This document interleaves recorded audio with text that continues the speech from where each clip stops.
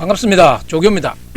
오늘 논평은 김명수 대법원장이 기소가 언제 될 것인가, 또 문재인 김명수의 우리법 연구에도 이제 서서히 막을 내리는 게 아닌가, 이런 문제에 대해서 논평을 한번 드려보겠습니다.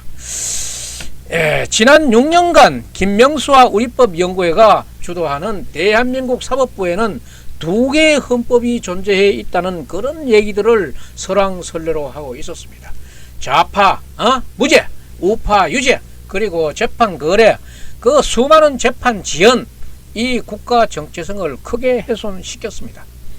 이제 반국가 세력과는 어떤 대가가 있더라도 청산을 해야 될 시점이 왔습니다. 강물처럼 저렇게 도도히 흐르는 우리의 정의는 그 누구도 막을 수 없습니다. 민주당의 최기상 의원은 우리법 연구회 출신 판사였습니다.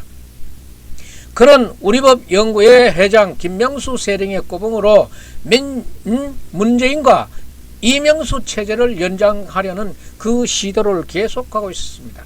지난 5년간 문재인 정부는 국회의원 180석 정도의 국회를 장악하고 김명수의 우리법 연구회 출신들이 대법원의 절반 이상을 차지하면서 사실상 상권 분립이 작동되지 않았다 해도 과언이 아닙니다. 완전 독립체의 절대 권력을 갖게 되었던 것입니다. 그들만의 그 결과 공수처법과 검수완박법과 같은 절차를 무시하고 이 일방적으로 법안들이 통과되었던 그런 사례를 우리가 기억하고 있습니다. 이런 행동들은 국가 정체성을 무너뜨리고 그들만의 괴물 세상을 만들어 나갔습니다. 이제 정권이 바뀌자 그들의 태도가 돌변하고 있습니다. 최기상 의원은 대법원장을 자신들이 임명하겠다는 법안을 발의했고, 대법원장의 적임자가 없다면 국민들이 피해를 볼 수 있다고 궤변을 늘어놓기도 했습니다. 이 얼마나 반헌법적인 발상입니까? 정말 뻔뻔스럽습니다. 자신들이 임명하면 적임자가 되고 다른 세력이 임명하게 되면 국민에게 피해를 준다는 이런 되지도 않은 주장을 하고 있었습니다. 최기성 의원이 제안한 법안에 따르면 대법원장과 헌법재판소장 후보 추천위원회를 신설하고 11명의 대법원장 추천위원회 중에서 7명을 지금의 대법원장 김명수가 추천하겠다고 이렇게 주장해 왔었습니다. 그게 곧 퇴임하고 있는 대법원장이 자기 후임의 대법원장을 지명을 해두고 그만두겠다 하는 그런 의미도 있었을 것입니다. 상상을 할 수 없는 그런 궤변들입니다. 지난 5년 절대 권력에서 가만히 있다가 왜 이제 와가지고 윤석열 대통령의 헌법적 권한 대법원장 임명권을 제한하려는 그런 윤석열 대통령의 임명권 제한하려는 그런 수적이라고 볼 수밖에 없는 것입니다. 그래서 최근 검찰은 김명수에 대한 기소를 결정했습니다. 기소를 결정했으니까 이제 김명수 대법원장은 재임 중에 조사를 받든지 퇴임 후에 받든지 이제 재판을 받는 것은 기정사실화 된 겁니다. 김명수 이 사람은 임기 중에 중대한 사건과 파렴치한 혐의들을 많이 받고 있습니다. 다 열거할 수가 없어요. 그래서 사실상 김명수는 3류 판사였습니다. 이 대법원장이 되기 전에는 그에게 대법원장이라는 직책은 전혀 어울리지 않았습니다. 김명수가 대법원장이 된 데는 우리법 연구회 회원의 계획적인 전략이 있었습니다. 김명수의 그 임명은 사법부의 전통적 규율과 법원의 질서가 완전히 무시되고 사법연수원 기수문화까지 13기나 파괴하면서 김명수가 임명이 됐던 거예요. 문재인 정부 출범과 동시에 우리법 연구회 간사 김형연 연천지방판사는 판사직을 그만두고 문재인 비서관으로 자리를 옮기기 위해서 사표를 내기도 했었습니다. 그러나 백원 행정처에서 사표가 지연되고 있는 사이에 그 당시에 춘천지방법원장으로 있던 김명수는 법원 행정처에 압력을 가해가지고 청와대에 들어가는데 역할을 해줬던 거예요.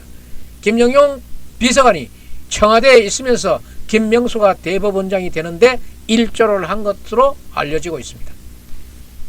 이렇게 해서 김명수 대법원장을 비롯해 가지고 우리법연구회의 출신들이 대법원을 완전히 장악하게 됩니다. 김명수는 대법원장의 자격으로 국가에 충성하는 것이 아니라 우리법연구회의 이념에 충성하는 모습을 여지없이 보여줬던 거예요. 김명수 체제가 시작되면서 대법관 14명 중에 절반 7명이 우리법연구회의 연구 멤버들이었습니다. 4명은 골수 극좌 세력의 대법원이 완전 붉은 전사로 구성되었던 것입니다. 대한민국이 완전히 도동강 나는 그런 순간이었어요. 김명수는 대한민국을 위한 것이 아니고 그들의 이념을 위해서 행동을 했고 법리보다는 이념이 최우선 판단의 기준이 되었던 것입니다. 그 결과 지금 대한민국 대법원에는 무서운 사람들이 법복을 입고 있는 것입니다. 그들만의 세계, 그들이 추구하는 이념이 절대의 선으로 간주되는 것으로 전락해버린 것이에요. 첫 번째로 우리법연구회 출신 회장 김명수 대법원장이 있습니다. 조국 사건과 울산시장 청와대 개입 사건을 김미리 판사를 배치함으로써 조국 재판은 3년 2개월 만에 1심 판결이 나왔습니다. 울산시장 선거 개입 사건은 아직도 재판 중에 있습니다. 판사가 얼마나 사악해질 수 있는지 보여주는 이런 재판입니다. 김명수는 법원의 요직들에 자기 측근들을 배치해가지고 법원을 완전히 정치의장으로 만들어 버렸던 것입니다. 재판 지원, 재판 거래는 물론 좌파 무죄, 우파 유죄 이러한 풍토가 만연하게 되었던 겁니다. 김명수 법원은 바로 이념 조직이었습니다.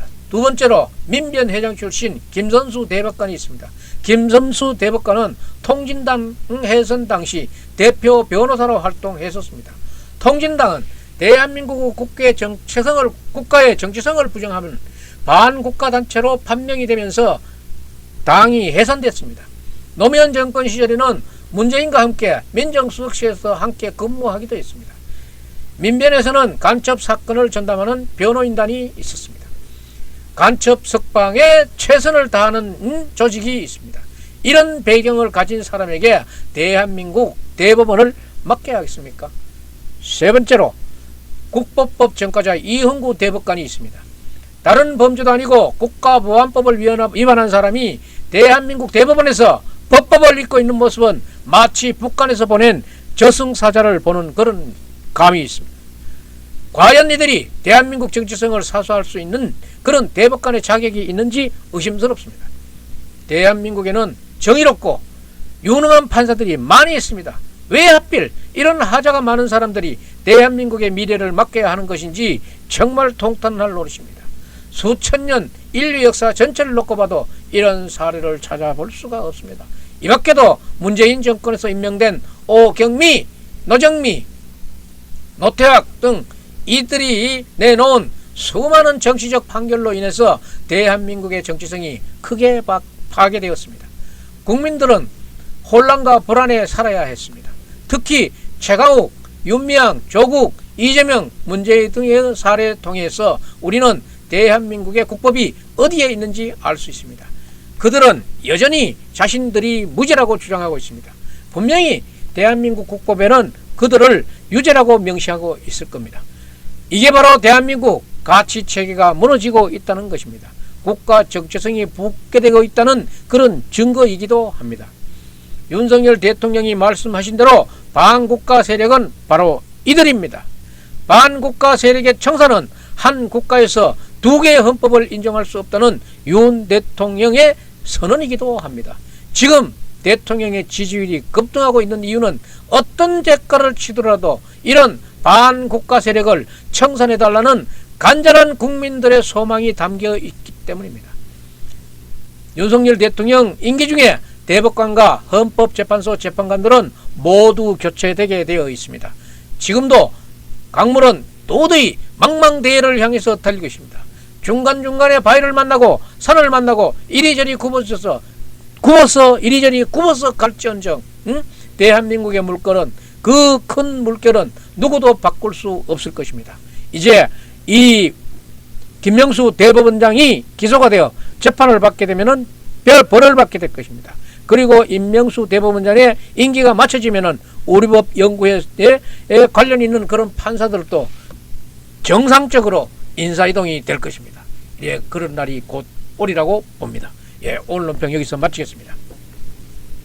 아직까지 저의 조교 방송에 구독자가 아니신 분은 구독 버튼을 좀 눌러주고 나십시오. 예, 좋은 날, 멋진 날 되십시오.